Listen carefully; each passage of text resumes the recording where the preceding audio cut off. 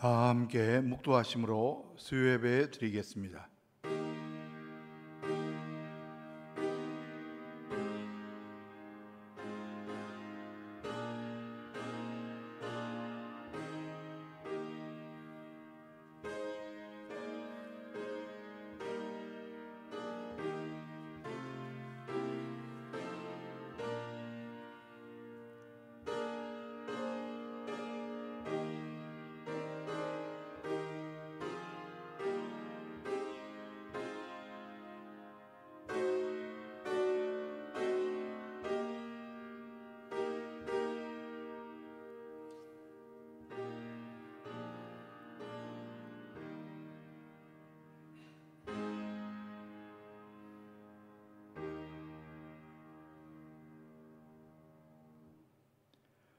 나의 힘이신 여호와여, 내가 주를 사랑하나이다. 사랑과 은혜가 풍성하신 하나님 아버지, 오늘도 부족한 저희들에게 한날 새날을 허락하시고 지금까지 하나님이 허락하신 삶의 자리, 하나님이 인도하신 삶의 현장에서 맡은 바 본분을 감당하게 하시니 감사드립니다. 이 시간 가정에서, 현장에서, 예배당에서 마음과 정성을 다하여 예배해 드리오니 이 예배를 흠향하여 주시고 머리 숙인 모든 주의 자녀들에게는 약속의 말씀으로, 위로의 말씀으로, 소망의 말씀으로 가득 채워 주시옵소서. 예배의 시종을 주님 손에 의탁하오며 이 모든 말씀 예수 그리스도의 이름으로 간절히 기원하옵나이다. 아멘. 다 함께 312장 너 하나님께 이끌려 찬송 드리겠습니다.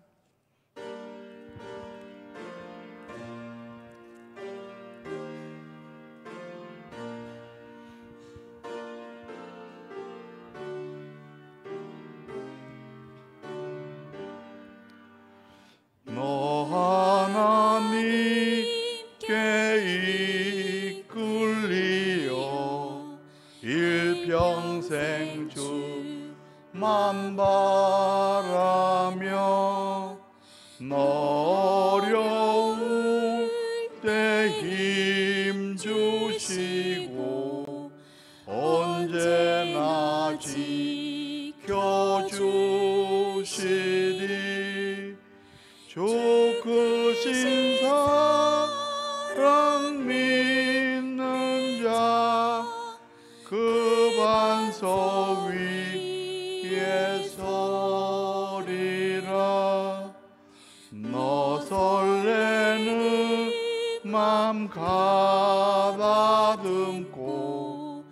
희망 중 기다리면서 그 은혜로 신 주의 뜻과 사랑에 만족하여라. 우리를 불러주신 주 마음에 소원하신다. 주 찬양하고 기도하며 내 본분 힘써다하라. 주 약속하신 모든 은혜 내게서 이루어지리라. 잠대고 의지하는 자 주께서 기억하시리. 아멘. 이 시간 최윤근 안수집사님 우리 기도를 인도하시겠습니다. 우리의 힘이신 하늘의 하나님 여호와여, 강야와 같은 인생의 고단한 삶의 여정에 지친 성도들이 엘린과 같은 주의 성전에서 예배하게 하심을 감사하나이다.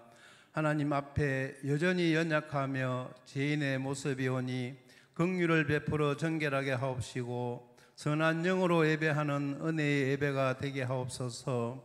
하나님 아버지, 예배를 사모하는 주의 성도들, 소망하는 기도의 제목을 안고 주께 예배합니다. 형통한 날의 기쁨은 잠시인 것 같고 공고한 날의 아픔과 상처가 우리를 애워싼과 같은 괴로움에 주의 도우심 간절하기에 주님 앞에 간절한 마음으로 기도하며 이 시간 예배 드려오니 여호와여 간절한 기도에 귀 기울이시고 응답하여 주옵소서. 하나님 아버지, 여호와의 말씀에 내 삶을 두고 맹세하노라. 내 말이 내 귀에 들린 대로 내가 너희에게 행하리니 맹세하신 하나님, 우리가 꿈꾸는 대로 소원하는 대로 기도하는 대로 이루어 주옵소서. 사랑의 주님, 우리가 감당치 못할 고난을 허락하지 않으시는 사랑의 하나님이신 줄 아오나 우리의 고난과 공고함으로 주의 영광을 가려울까 두렵고 하나님을 멀리하는 자들의 비방거리가 되지 않기를 위함이니 예배하며 간절히 기도하는 성도들에게 축복의 통로를 열어 주옵소서. 하나님 아버지, 고통 중에 낳은 연약한 야베스의 기도에 응답하시고 축복하심을 아나이다. 야베스에게 주신 축복을 주시옵소서. 지경을 넓히신 재정의 축복과 주의 손으로 도우셔서 환난을 피한 축복, 근심이 없고 존귀한 자로 세우신 그 복을 누리게 하여 주옵소서. 여호와여, 장안교회의 회복과 비전이 우리의 가정과 자녀들의 예배로 성취되게 하옵소서. 세상을 사랑하고 하나님을 멀리한 우리 자녀들을 강건적으로 만나 주옵소서. 저들을 하나님의 자녀로 예배자로 세우셔서 믿음의 가문, 축복의 가문으로 열어가게 하옵소서. 하나님 아버지, 우리를 주님의 지체로 공동체를 이루게 하심을 감사하나이다. 하나님의 공동체가 그리스도의 사랑으로 서로 근면하며 이해하고 용서하며 섬기는 아름다운 공동체로 합력하는 공동체가 되게 하옵소서. 주의 성도들이 교회에 충성된 일꾼으로 하나님의 말씀을 기억하나이다. 내가 이제 너희를 위하여 받는 괴로움을 기뻐하며 그리스도의 남은 고난을 그의 몸된 교회를 위하여 내 육체에 채우노라 고백한 바울 사도의 고백이 우리 공동체의 고백이 되기를 원하오니 성실과 열정으로 헌신하는 공동체가 되게 하옵소서. 하나님 아버지, 우리 공동체의 영적 지도자로 세우신 주의 사자 목사님, 예배 가운데 말씀 대언하실 때 귀 기울이며 심령으로 듣기를 원하오니 우리의 영이 하나님을 바라보게 하옵소서.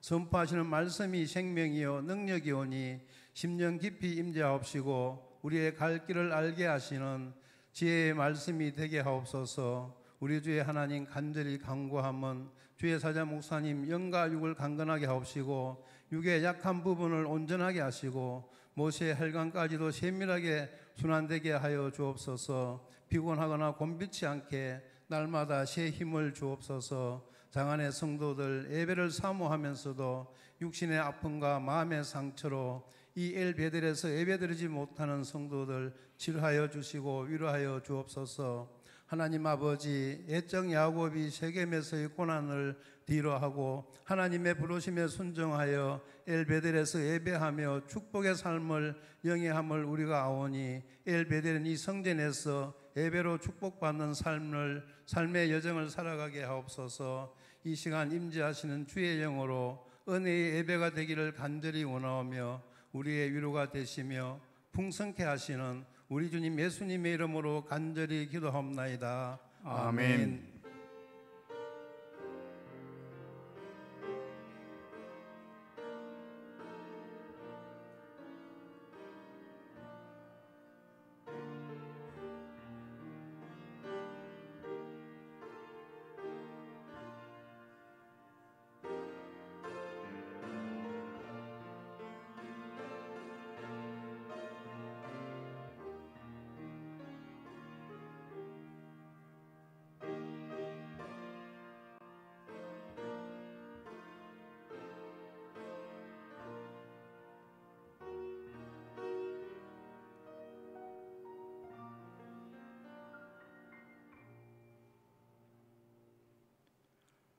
성경 말씀은 사도행전 19장 8절에서 20절까지 말씀입니다.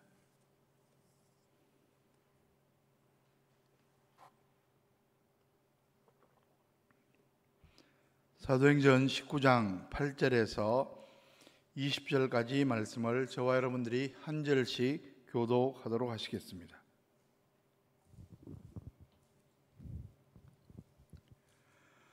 바울이 회당에 들어가 석 달 동안 담대히 하나님 나라에 관하여 강론하며 권면하되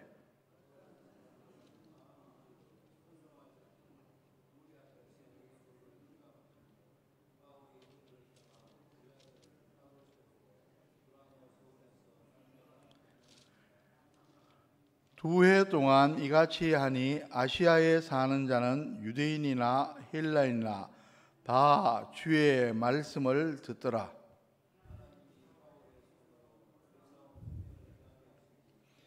심지어 사람들이 바울의 몸에서 손수건이나 앞치마를 가져다가 병든 사람에게 얹으면 그 병이 떠나고 악귀도 나가더라.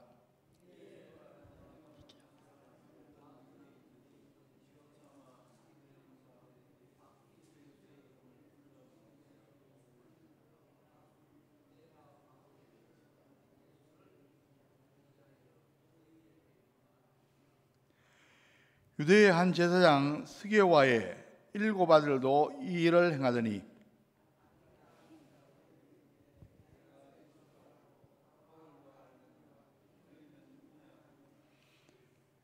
악기 들린 사람이 그들에게 뛰어올라 눌러 이기니 그들이 상하여 벗은 몸으로 그 집에서 도망하는지라.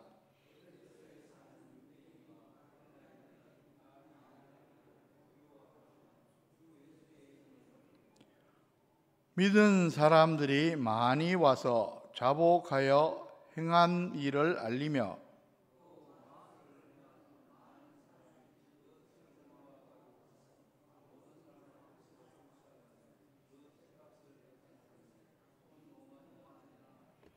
(20절) 말씀을 함께 읽겠습니다. 이와 같이 주의 말씀이 힘이 있어 흥왕하여 세력을 얻으니라. 아멘. 여러분, 하나님 말씀에 능력이 있다는 사실은 우리가 잘 알고 있습니다. 창세기 1장을 보면 하나님께서 태초에 말씀으로 우주 만물을 창조하셨습니다. 하나님이 말씀하시는 대로 되었습니다. 창세기 1장 3절에 보면 하나님이 이르시되 빛이 있으라 하시니 빛이 있었고 무에서 유를 창조하는 놀라운 능력입니다. 전능하신 하나님의 아들 예수 그리스도의 말씀에도 놀라운 능력이 있습니다. 나병 환자의 치유 이적의 기록이 마가복음 1장 41절 42절에 나옵니다. 예수께서 불쌍히 여기사 손을 내밀어 그에게 대시며 이르시되 내가 원하노니 깨끗함을 받으라 하시니 곧 나병이 그 사람에게서 떠나가고 깨끗해진지라. 예수님의 말씀대로 몹쓸 병이 치유된 겁니다. 마가복음 4장 39절에 보면 바다조차 예수님의 말씀에 잠잠해졌습니다. 예수께서 깨어 바람을 꾸짖으시며 바다들어 이르시되 잠잠하라 고요하라 하시니 바람이 그치고 아주 잔잔해지더라. 정말 놀라운 능력입니다. 우리 인간도 하나님을 닮아서 말의 능력이 있습니다. 잘 보면 세상 만사, 인생 만사가 대부분의 말로 이루어짐을 알 수 있습니다. 여기서 말은 음성 언어와 문자 언어를 모두 포함합니다. 일도 말로 합니다. 인간관계도 말로 합니다. 그래서 그런지 성경은 말에 따라 인생이 좌우된다고 증거합니다. 그렇습니다. 말은 씨앗과 같은 겁니다. 심는 대로 거둡니다. 우리 속담에 이런 말이 있습니다. 말이 씨가 된다. 그러므로 우리는 반드시 명심해야 합니다. 좋은 씨를 심어야 좋은 열매를 맺듯이 좋은 말을 심어야 좋은 인생을 거두게 됩니다.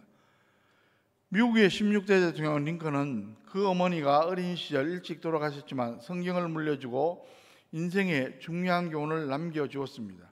그중 한 가지는 이런 겁니다. 너는 부정적인 사람과는 절대 상종하지 말라.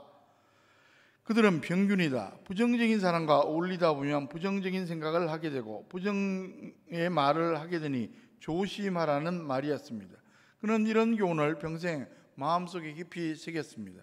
그는 숱한 실패를 경험하고 끊임없이 고난과 역경을 겪었지만 늘 긍정적인 생각을 가졌고 긍정의 말을 하며 살았습니다. 아무리 힘들고 어려워도 현실을 긍정했고 그는 마침내 모든 고난을 이기고 승리했습니다. 아무쪼록 저와 여러분도 하나님을 믿음으로 늘 긍정의 말을 함으로 승리의 인생을 살아가시기 바랍니다. 범죄 심리학자들의 연구에 하면 교도소에 있는 수용자들을 조사해 보니까 공통점이 있었습니다. 어린 시절부터 가정에서 저주의 말을 많이 들었다는 사실입니다. 그래서 영어에 이런 표현이 있습니다. Homemade criminal. 그들은 다름 아니라 가정에서 만든 범죄자라는 말입니다. 우리는 이와 정반대로 해야 합니다. 아무리 감정이 상해도 축복의 말을 해야 합니다. 망할 놈이라 말하고 싶을 때 억지로라도 말을 바꾸어 흥할 뿐이라고 하면 되는 겁니다. 우스갯소리 같지만 우리나라가 이만큼 살게 된 게 할머니들 때문이라는 겁니다. 무슨 말인가 하면 옛날에는 아이들이 코를 많이 흘리지 않았습니까? 할머니들이 손주 코를 닦아주면서 흥 하라니까 그렇게 말했습니다. 그래서 우리나라가 흥하게 되었다는 이야기입니다. 그러므로 자손에게 지나칠 정도로 축복의 말을 많이 해주시기 바랍니다. 그러면 놀라운 일이 생깁니다. 홈메이드 히어로, 가정에서 만든 영웅이 나타날 겁니다. 30여 년 목회하면서 보니까 성도들의 가정에서 자라는 자녀 후손들의 모습을 지켜보게 됩니다. 자녀들이 사춘기를 하고 부모 뜻대로 안 될 때는 속이 상해서 나쁜 말을 할 때도 있습니다. 그런데 세월이 흘러가는 거 보면 잘 자라서 참 멋있는 겁니다. 어떻게 된 거지? 생각해 보면 그래도 기도하는 부모님이라 나쁜 말을 하다가도 금세 회개하고 좋은 말을 합니다. 그리고 계속 기도하니까 결국은 승리한 모습을 보게 됩니다. 그러므로 혹시 사춘기 자녀를 둔 부모님들 나쁜 말이 나갈 때는 꼭 기억하시기 바랍니다. 하나님께서 다 듣고 계시니까 길을 써서라도 좋은 말을 하시기 바랍니다. 때가 되면 좋은 열매를 풍성히 거두게 될 줄로 믿습니다. 이렇게 살펴보면서 한마디 말이 얼마나 중요한지 알 수 있습니다. 그러면 구체적으로 어떻게 해야 좋은 말을 할 수 있습니까? 말은 마음속의 생각과 감정을 표현하는 겁니다. 마음속에 무엇을 집어넣느냐가 중요합니다. 좋은 것을 집어넣어야 좋은 말이 나옵니다. 좋은 책을 읽으면 좋은 것을 집어넣을 수 있습니다. 가장 좋은 책은 성경책입니다. 성경을 읽고 묵상하면 하나님의 말씀이 우리 마음속에 충만해집니다. 그러면 성령이 우리의 마음과 입술을 주정하면서 좋은 말을 하도록 도와주십니다. 아무쪼록 저와 여러분들은 좋은 씨를 심는 지혜로운 농부처럼 좋은 씨를 심어 복되고 아름다운 인생을 거두시기를 주의 이름으로 간절히 축원합니다. 8절 말씀을 보십시오. 3차 전도여행을 다시 시작한 바울은 자신이 약속했던 대로 재방문한 에베소에서 어떤 제자들을 만났습니다. 바울이 요한의 세례만 알고 있는 그들에게 복음을 전하고 주 예수의 이름으로 세례를 베풀며 그들의 머리 위에 손을 얹자 성령님께서 그들에게 친히 임하심과 동시에 12사람쯤 되는 그들이 한 사람도 예외 없이 모두 방언도 하고 예언도 했습니다. 바울이 회당에 들어가 석 달 동안 담대히 하나님 나라에 관하여 강론하며 권면하되, 바울은 지금까지 방문하는 도시에서마다 그렇게 했던 것처럼 재방문한 에베소에서도 우연히 만난 어떤 제자들에게 복음을 전하고 세례를 베푼 후에는 곧장 유대인 회당을 찾아갔습니다. 어느 도시에서든 회당은 전도의 거점으로 삼기에 가장 용이한 곳이었습니다. 우리는 에베소를 재방문한 사도 바울이 회당에 들어가 복음을 전했다는 이 간단한 본문을 통해 본문 속에 감추어져 있는 뜻깊은 만남을 확인할 수 있습니다. 바울이 에베소의 유대인 회당을 찾은 것이 이번이 처음이었던 것은 아닙니다. 사도행전 18장에서 살펴보았던 것처럼 바울은 2차 전도 여행 중에 1년 6개월 동안 체류했던 고린도에서 자신의 목회 본거지인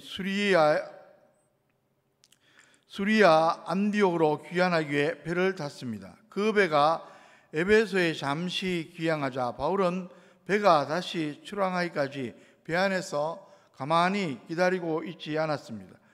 그 틈을 이용하여 에베소의 회당을 찾아가 복음을 전했습니다. 비록 짧은 시간 동안에나마 바울로부터 난생처음으로 생명의 복음을 접하고 주님을 영접한 에베소 사람들은 바울에게 자신들과 함께 오래도록 머물면서 계속 복음을 전해주기 원했습니다. 그러나 바울은 자신의 일정상 그들에게 다시 돌아오겠다는 약속을 남기고 일단 수리아의 안디옥으로 귀환하면서 그들과 헤어졌습니다. 그리고 3차 전도여행을 시작한 바울이 자신의 약속대로 에베소를 재방문하여 회당을 다시 찾아갔다는 것은 회당에서 바로 그들을 만났음을 의미합니다. 그리고 오늘 본문 속에 감춰지는 또 하나의 감격적인 만남을 확인할 수 있습니다. 바울 그리고 브리스길라와 아굴라 부부의 재상봉입니다. 이미 우리가 알고 있는 것처럼 바울은 잠시 귀향했던 에베소를 떠나면서 자신을 붙잡는 에베소의 그리스도인들을 위하여 브리스길라와 아굴라 부부를 그곳에 남겨두었습니다. 그들은 원래 고린도의 천막 제조 사업가 부부였습니다. 그러나 고린도를 방문한 바울로부터 주님을 영접한 그들은 바울의 동역자가 되었고 바울이 2차 전도여행을 매듭짓고 수리아의 안디옥으로 귀환하려고 하자 그들 보면 아예 자신들의 사업을 접고 바울을 따라 나섰습니다. 그러나 바울은 잠시 귀향한 에베소에 그들 부부를 그대로 남아있게 했습니다. 그것은 그들 부부가 의도하거나 원한 바가 아닙니다. 당시에는 자동차가 없었습니다. 여행수단은 선박 아니면 도보였습니다. 배를 타고 수리아의 안디옥으로 귀환한 바울이 도보로 갈라디아와 부르기아 땅을 거쳐 다시 에베소로 되돌아오기까지는 얼마나 기다려야 할지 알 수가 없었습니다. 그런 상황 속에서 기약도 없이 연고자도 없는 그저 잠시 귀향했을 뿐인 에베소에 정착하며 살아야 한다는 것은 그들 부부에게 쉬운 일은 아니었을 겁니다. 그러나 그들은 바울이 되돌아올 때까지 자신들에게 맡겨진 에베소를 지켰습니다. 그리고 바로 에베소에서 헤어졌던 바울과 재상봉의 감격과 기쁨을 누렸습니다. 에베소의 회당을 다시 찾은 바울은 그곳에서 석 달 동안 담대히 하나님의 나라에 관하여 강론하며 권면하였습니다. 우리말 담대히 강론하다는 의미로 번역된 헬라어 동사 파르레시아조마이는 원문에 미완료형으로 기록되어 있습니다. 바울이 시간이 나면 이따금 회당을 찾아 복음을 전한 것이 아니라 석 달 동안 회당에서 계속하여 복음을 전했다는 의미입니다.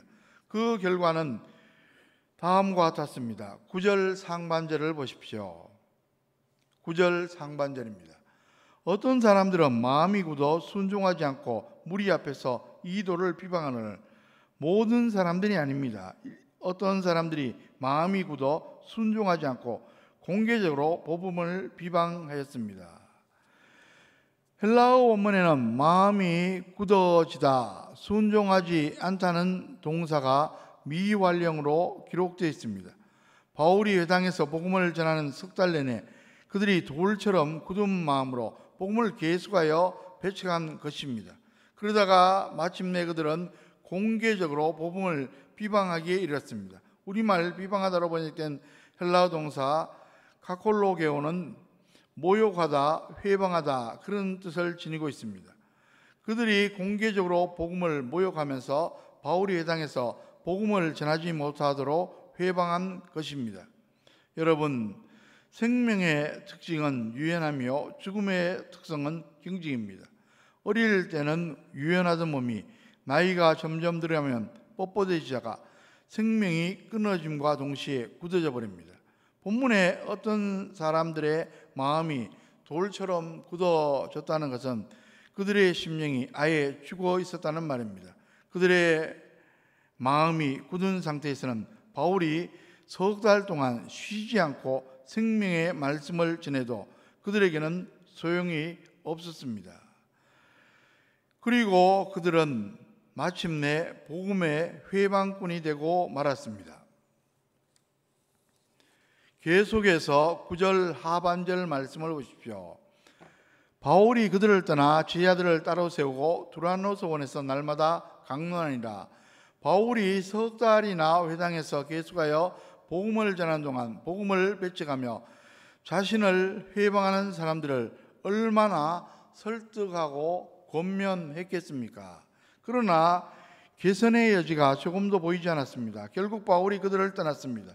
바울이 회당을 떠나 두란노 소원이라는 곳에서 이미 주님을 영접했거나 새롭게 주님을 영접한 주님의 제자들에게 계속 복음을 가르치기 시작한 겁니다. 우리말 소원이라 번역된 헬라어 명사 스콜레는 이 단어에서 학교를 뜻하는 영어 스쿨이 파생되긴 했지만 본래는 토론이나 논쟁도 벌어지고 강연도 이루어지며 사람들이 여가를 즐기기도 하는 다목적 공간을 가리켰습니다. 고대 로마 제국 시대는 이런 스콜레가 흔했던 것으로 알려지고 있습니다. 본문에 언급된 두란노소는 에베소에 살고 있는 튀란노스라는 사람의 스콜레를 가리킵니다. 오전에는 주인인 튀란노스가 자신의 스콜레를 사용했기에 바울과 에베소의 그리스도인들은 튀란노스가 사용하지 않은 오전 11시부터 오후 4시까지 그의 스콜레를 이용한 것으로 전해지고 있습니다. 날씨가 굉장히 무더운 에베소에서 그 시간은 사람들이 일을 멈추고 점심 식사를 한 뒤 시에스타, 다시 말해 낮잠을 즐기는 시간이었습니다. 지속적으로 사용할 수 있는 고정 장소를 구하기 쉽지 않았던 바울과 에베소의 그리스도인들은 대부분의 사람들이 낮잠을 즐기는 동안 그 시간에 비어있던 튀란노스의 스콜레에서 날마다 예배를 드리고 말씀을 공부한 것입니다. 10절 말씀을 보십시오. 2해 동안 이같이 하니 아시아에 사는 자는 유대인이나 헬라인이나 다 주의 말씀을 듣더라. 바울은 2년 동안 계속하여 두란노손에서 복음을 전했습니다. 그 결과로 유대인과 헬라인을 막론하고 아시아의 많은 사람들이 주님의 말씀을 들었습니다. 주님의 말씀을 단순히 귀로만 듣지 않고 삶으로 순종하는 주님의 증인이 되었다는 뜻입니다.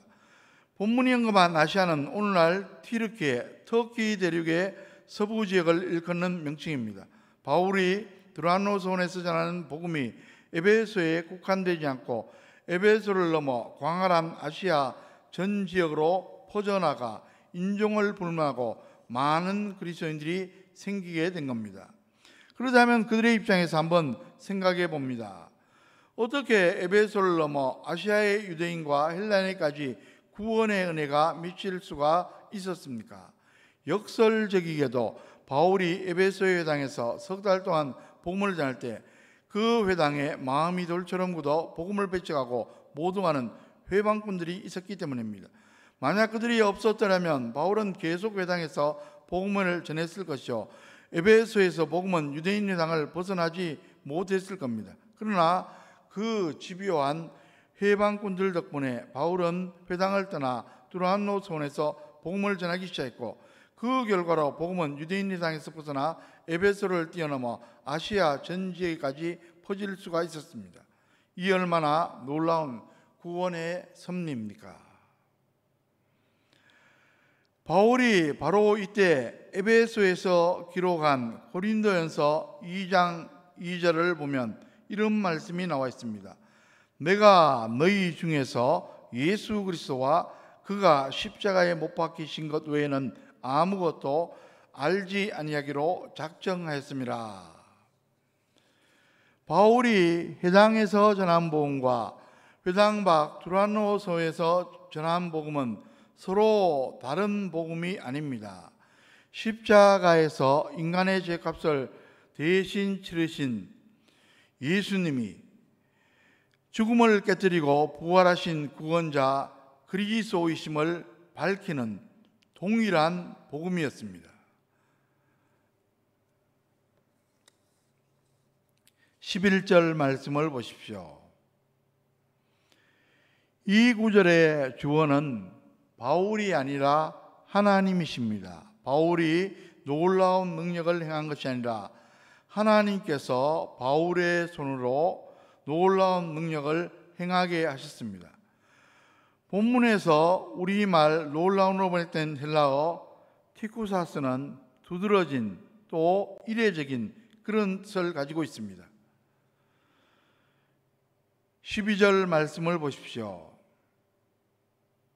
왜 이례적인 능력이라고 표현을 사용했는지 이해할 수 있습니다. 심지어 사람들이 바울의 몸에서 손수건이나 앞치마를 가져다가 병든 사람에게 얹으면 그 병이 떠나고 악기도 나가더라. 본문에서 우리말 손수건으로 번역된 수다리오는 땀을 의미하는 라틴어 수다르에서 파생된 단어로 바울이 천막을 제하면서 흐르는 땀을 닦던 천 조각을 의미합니다. 그리고 우리말 앞치마로 번역된 스미킨디오는 바울이 천막을 제조할 때 두르던 작업용 앞가리개를 말합니다.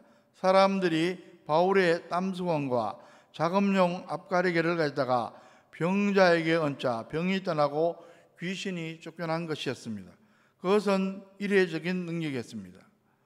이 땅에 오신 예수님께서도 많은 사람들을 질병과 귀신의 시달림으로부터 해방시켜 주셨습니다. 그때마다 예수님께서는 병자의 몸에 손을 얹거나 병자를 마주보고 명령하라 하셨습니다. 그러나 반드시 그렇게 한 것은 아닙니다. 하혈이 그치지 않는 혈루증으로 12년 동안이나 고통당하던 여인이 있었습니다. 전 재산을 치료비로 다 썼지만 효험이 없었습니다. 그 가련한 여인이 예수님의 소문을 듣고 예수님을 찾아갔습니다. 이미 큰 무리가 예수님을 에워싸고 있었습니다. 감히 예수님 면전에 설 자격이 없다고 여긴 그 여인은 무리를 뚫고 예수님 뒤쪽으로 가 예수님의 옷에 가만히 자신의 손을 대었습니다. 예수님의 옷에 손만 대어도 이 이상 그 어떤 의사도 고치지 못한 자신의 혈루증이 나을 것이라 믿은 것이었습니다. 그 순간 예수님의 능력이 그 여인에게 임함과 동시에 그 여인의 혈루증이 깨끗하게 나았습니다. 예수님께서 그 여인을 마주보고 그 여인의 몸에 손을 얹으신 적도 그 여인을 향해 혈루증이 떠나라고 명령하신 적도 없었습니다.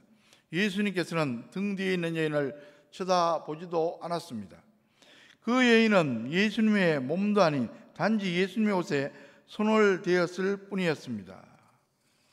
극히 이례적인 능력이었습니다. 주님의 제자 베드로도 왕성하게 치유 사역을 수행했습니다. 우리가 이미 본 사도행전 5장 15절 16절의 말씀입니다. 심지어 병든 사람을 메고 거리에 나가 침대와 요 위에 누이고 베드로가 지날 때 혹 그의 그림자라도 누구에게 덮일까 봐라고 예루살렘 부근에 수많은 사람들도 모여 병든 사람과 더러운 귀신에게 괴로움을 받는 사람을 데리고 와서 다 나음을 얻으니라. 사람들은 몸을 움직일 수 없는 중환자들을 메고 거리에 나와 그들을 침상과 깔판 위에 눕혀놓고 베드로가 지나가기를 기다렸습니다. 그리고 그것을 지나가던 베드로의 그림자가 병자들 위에 덮이자 그들의 병이 낫고 귀신이 떠나갔습니다. 그림자는 실체 없는 허상일 뿐이지 않습니까? 베드로의 허상인 그림자가 무슨 힘이 있어 그런 일이 가능할 수 있었겠습니까? 그 병자들을 불쌍히 여기신 하나님께서 베드로의 그림자를 통해서까지 역사하신 결과였습니다. 그 역시 이례적인 능력이었습니다. 오늘 본문의 증언 또한 마찬가지입니다. 바울도 우리와 똑같은 유한한 인간에 지나지 않습니다. 게다가 땀과 띠에 찌든 그 땀수건과 작업용 앞가리개는 다른 사람들에게는 능마와 크게 다르지 않았을 겁니다. 그렇지만 사람들이 그것을 가져다가 병자들에게 얹자 병이 낫고 귀신이 쫓겨났습니다. 에베소 사람들을 긍휼하게 여기신 하나님께서 바울의 그 하찮은 것들을 통해서도 하나님의 능력을 베풀어 주신 덕분이었습니다. 가히 이례적인 능력이었습니다. 13절 말씀을 보십시오. 본문에 언급된 돌아다니며 마술하는 어떤 유대인들이 헬라어 원문에는 엑소르키스테스라고 기록되어 있습니다. 무당이라는 의미입니다. 그 유대인 무당들은 에베소의 붙박이 무당들이 아니라 돈벌이가 있는 곳을 찾아다니는 떠돌이 무당들이었습니다. 그들은 바울이 에베소에서 예수님의 이름으로 귀신을 쫓아낸 것을 목격하고 바울을 그대로 흉내내었습니다. 그들이 사람을 괴롭히는 악기를 향해 내가 바울이 전파하는 예수를 의지하여 너에게 명하노라 말한 것입니다. 그들 역시 바울이 전하는 예수님의 이름을 의지하여 귀신을 다루려고 시도한 것입니다. 그들이 예수님을 믿었기 때문이 아닙니다. 자신들이 그동안 귀신을 다루기 위해 사용하던 주문보다 바울이 언급한 예수님의 이름이 더 신통력을 지녔다고 여겨 자신들의 돈벌이를 위해 예수님의 이름을 단지 주문으로 사용하려고 한 것이었습니다. 더욱이 본문에서 우리말 명하노라고 번역된 헬라 동사 호르키조는 탄원하다라는 의미를 지니고 있습니다. 유대인 무당들이 귀신을 향해 사람들에게서 나가라고 명령한 것이 아니라 나가달라고 부탁한 셈이었습니다. 무당의 역할이 본래 귀신을 제압하거나 축출하는 것이 아니라 귀신을 달래서 사람을 괴롭히지 못하게 하는 데 있지 않습니까? 이를테면 유대인 무당들도 귀신들에게 나가달라고 예수님의 이름으로 일종의 타협을 시도한 것입니다. 그것은 예수님의 방법이 아닙니다. 예수님의 축기와 관련하여 성경에는 헬라어 동사 에피타소와 파랑겔로 주로 사용되고 있습니다. 두 단어 모두 명령하다는 뜻입니다. 예수님께서는 사람들을 괴롭히는 귀신들에게 언제나 나가라고 명령하셨고 그 명령 앞에서 모든 귀신은 굴복하였습니다. 14절 말씀입니다. 헬라어 원문은 스게와를 아르케리수스라고 표기하고 있습니다. 유대인 스게와가 제사장이 아니라 대제사장이었다는 의미입니다. 그러나 유대인의 문헌 그 어디에도 대제사장 가운데 스게와라는 이름은 나타나 있지 않습니다. 성경학자들은 유대인 무당이었던 스게와가 자신의 권위와 명성을 높이기 위해 대제사장의 명칭을 도용한 것으로 생각하고 있습니다. 그의 7 아들도 무당들이었습니다. 그들 역시 바울이 전한 예수님의 이름을 주문 삼아 귀신을 다루려고 시도하였습니다. 15절 말씀을 보십시오. 마가복음 1장 24절에 의하면 가버나움의 회당에 귀신 들린 사람이 있었습니다. 그 귀신은 예수님을 만나는 순간 자신이 사로잡고 있던 사람의 입을 통하여 이렇게 소리쳤습니다. 나사렛 예수여, 우리가 당신과 무슨 상관이 있나이까? 우리를 멸하러 왔나이까? 나는 당신이 누구인 줄 아니 하나님의 거룩한 자니이다. 귀신이 즉각 예수님을 알아본 것이었습니다. 사도행전 16장에 빌립보의 귀신 들린 여인도 바울 일행을 보자마자 이 사람들은 지극히 높은 하나님의 종으로서 구원의 길을 너희에게 전한 자라고 외쳤습니다. 이처럼 영적 실체인 귀신들은 성자 하나님이신 예수님과 예수님을 주인으로 모신 사람들을 다 알아보았습니다. 본문 15절의 귀신 역시 예수님도 알고 바울도 알고 있었습니다. 그 귀신이 스게와의 7 아들들에게 너희는 누구냐고 소리쳤습니다. 스게와의 7 아들들이 예수님을 믿지도 않으면서 단지 예수님의 이름을 주문으로만 이용하고 있음을 귀신이 다 알고 있었던 겁니다. 16절 말씀입니다. 악기 들린 사람이 그들에게 뛰어올라 눌러 이기니 그들이 상하여 벗은 몸으로 그 집에서 도망하는지라. 귀신 들린 사람은 단 한 명이었습니다. 반면에 스게와의 아들들은 7명이나 되었습니다. 상식적으로 한 명이 7명을 이길 수는 없습니다. 하지만 귀신 들린 한 사람이 마치 사냥감을 낚아채는 표범처럼 스게와의 7 아들들에게 뛰어올라 그들을 단숨에 제압해 버리고 말았습니다. 그들은 모두 몸에 부상을 입고 겉옷도 제대로 걸치지도 못한 채 귀신 들린 사람의 집에서 황급히 도망치고 말았습니다. 믿음 없이 예수님의 이름을 함부로 이용하거나 주문으로 삼으려 해서는 오히려 화를 입게 됨을 입증해 주는 사건이었습니다. 그러나 이 사건을 통해 에베소에 더 많은 사람들이 주님을 경외하게 되었습니다. 17절 말씀을 보십시오.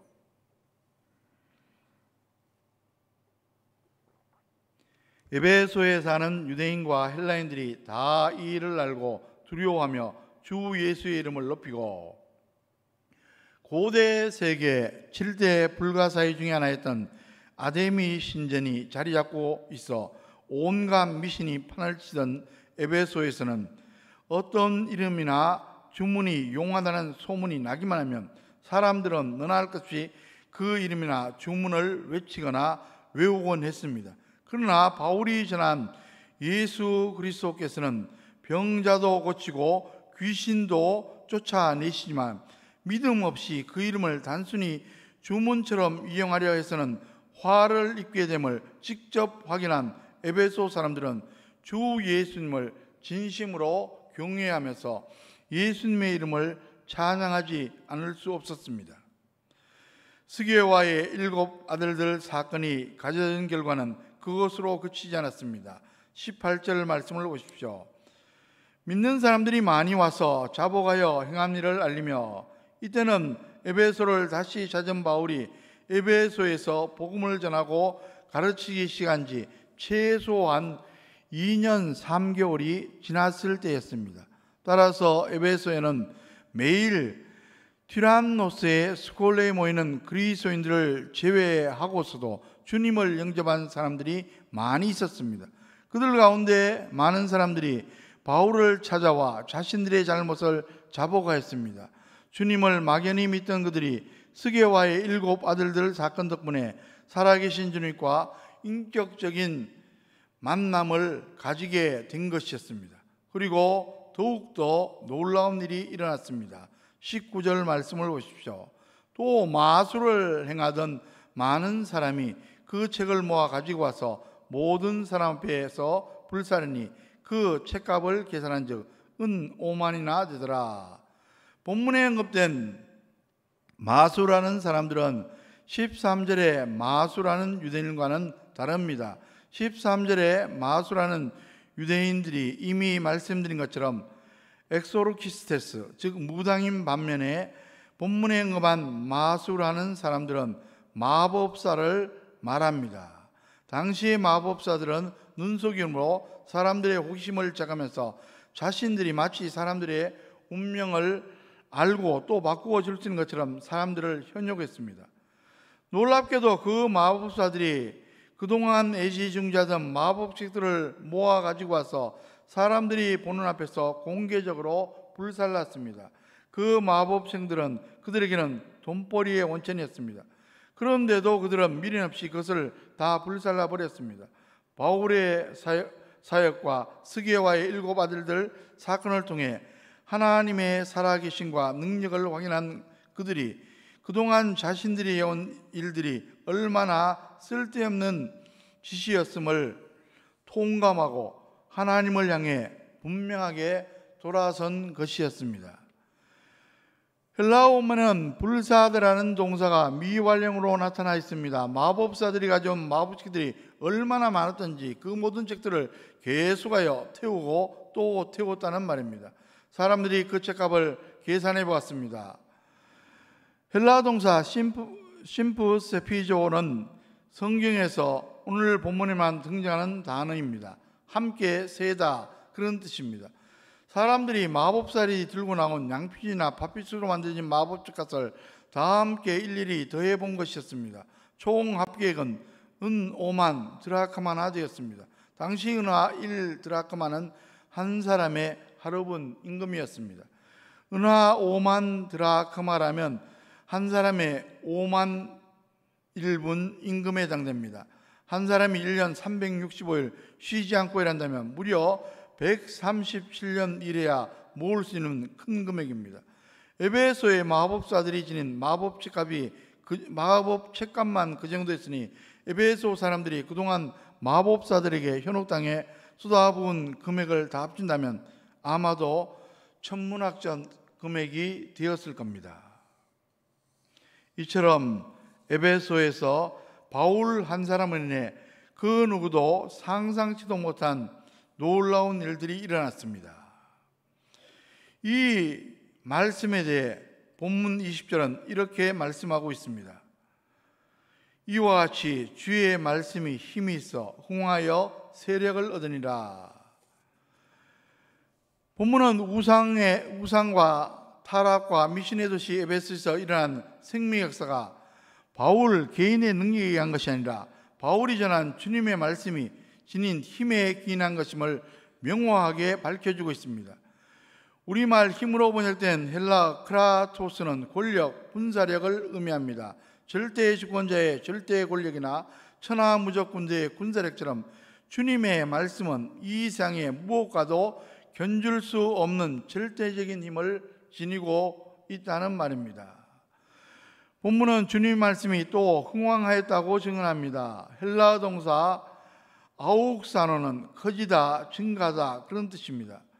인간 역사 속에는 무수한 천하장사와 절대 권력자, 무적의 군대가 있었습니다. 그러나 그들이 지녔던 힘은 한순간에 정점을 지나 반드시 쇠퇴하고 소멸했습니다. 아무리 막강해 보이는 힘일지라도 입이 떨어지고 꽃이 시들듯 소멸하고 만다면 그것은 단시 약간의 시차만 있을 뿐 한순간에 사라진 물거품과 다를 바가 없습니다. 그러나 주님의 말씀은 소멸로 끝나버리는 세상의 그 어떤 힘과도 같지 않습니다. 주님의 말씀은 말씀을 받아들이면 받아들일수록 30배, 60배, 100배로 그 힘이 증폭됩니다. 그래서 본문은 주의 말씀이 힘이 있어 흥황하여 세력을 얻으니라고 끝나고 있습니다. 세력을 얻으니라고 번역된 헬라 동사 이스키오는 이기다 그런 의미의 단어입니다. 요한복음 16장 33절에 보면 이것을 너희에게 이르는 것은 너희로 내 안에서 평안을 누리게 하려 함이라. 세상에서는 너희가 환난을 당하나 담대하라. 내가 세상을 이겼노라. 우리가 이 세상을 살아가는 동안 어떤 환난과 역경을 당해도 우리는 주님의 말씀을 힘입어 평안을 누리며 담대할 수 있습니다. 죽음을 깨뜨리고 부활하신 주님께서 세상을 이기셨기 때문입니다. 여기에서 이기다로 번역된 헬라 동사 미카오는 오늘 본문 20절의 이스키오보다 더욱 강력한 의미로 정복하다는 뜻입니다.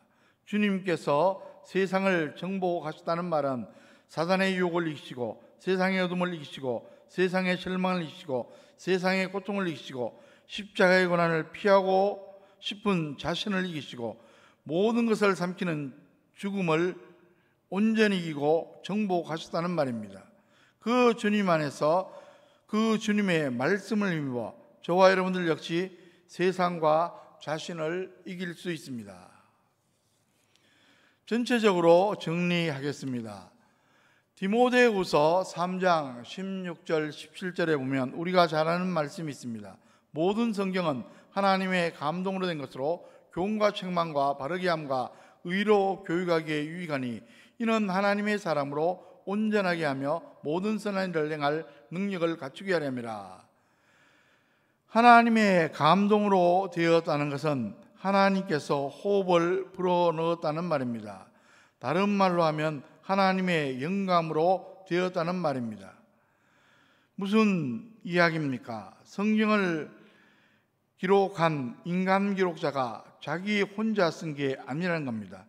하나님이 성령으로 간섭하셔서 모든 내용이 하나님의 뜻을 반영하고 있다는 의미입니다. 뿐만 아니라 성경을 읽을 때 하나님께서 성령으로 우리에게 그 뜻을 가르쳐 주신다는 의미입니다. 이를 가리켜 성령의 조명이라 말합니다. 그런 점에서 성경은 오늘 우리에게 들려주시는 하나님의 말씀입니다.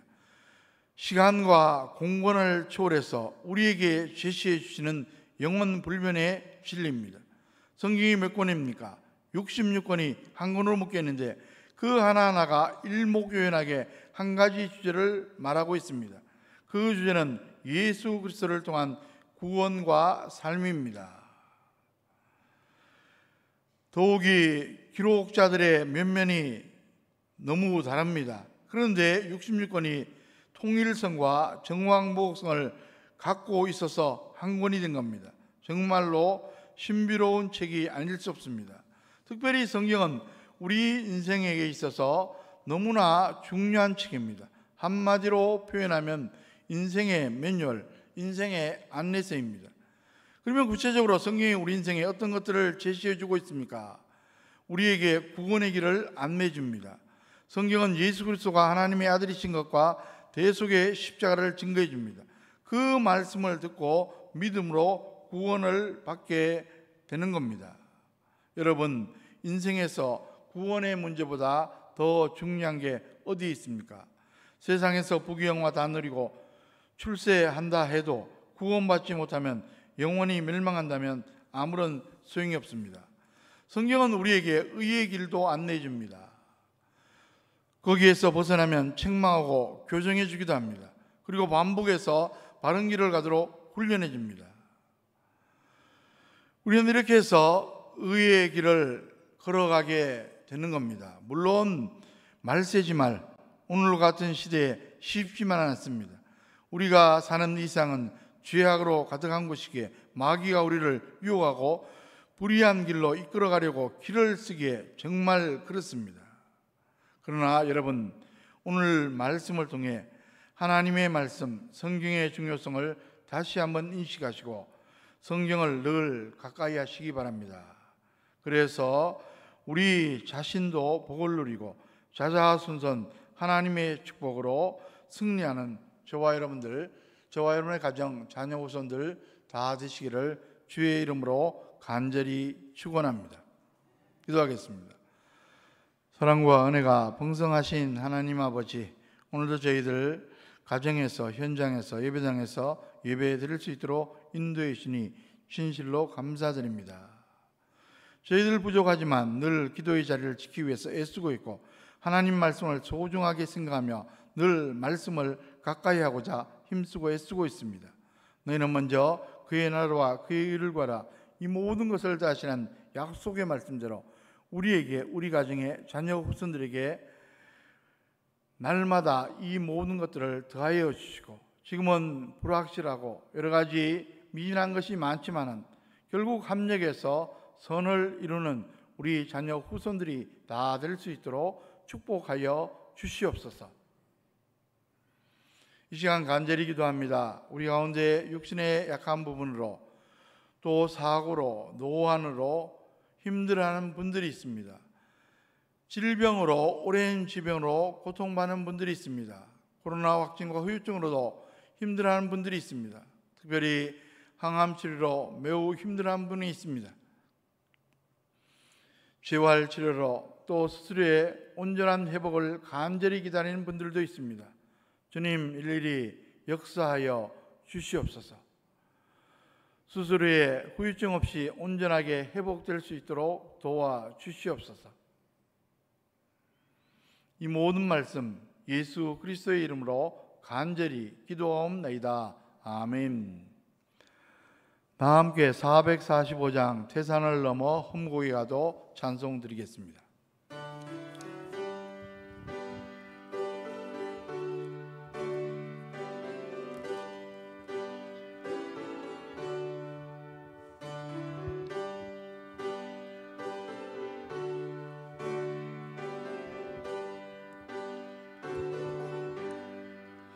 태산을 넘어 험곡에 가도 윗가운데로 걸어가며 주께서 항상 지키시기로 약속한 말씀 변치 않네.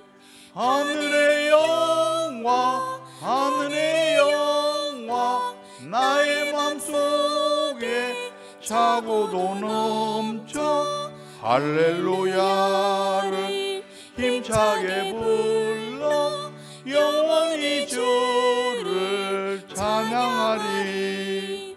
캄캄한 밤에 다닐지라도 주께서 나의 길 되시고 나에게 밝은 빛이 되시니 길 잃어버릴 염려 없네.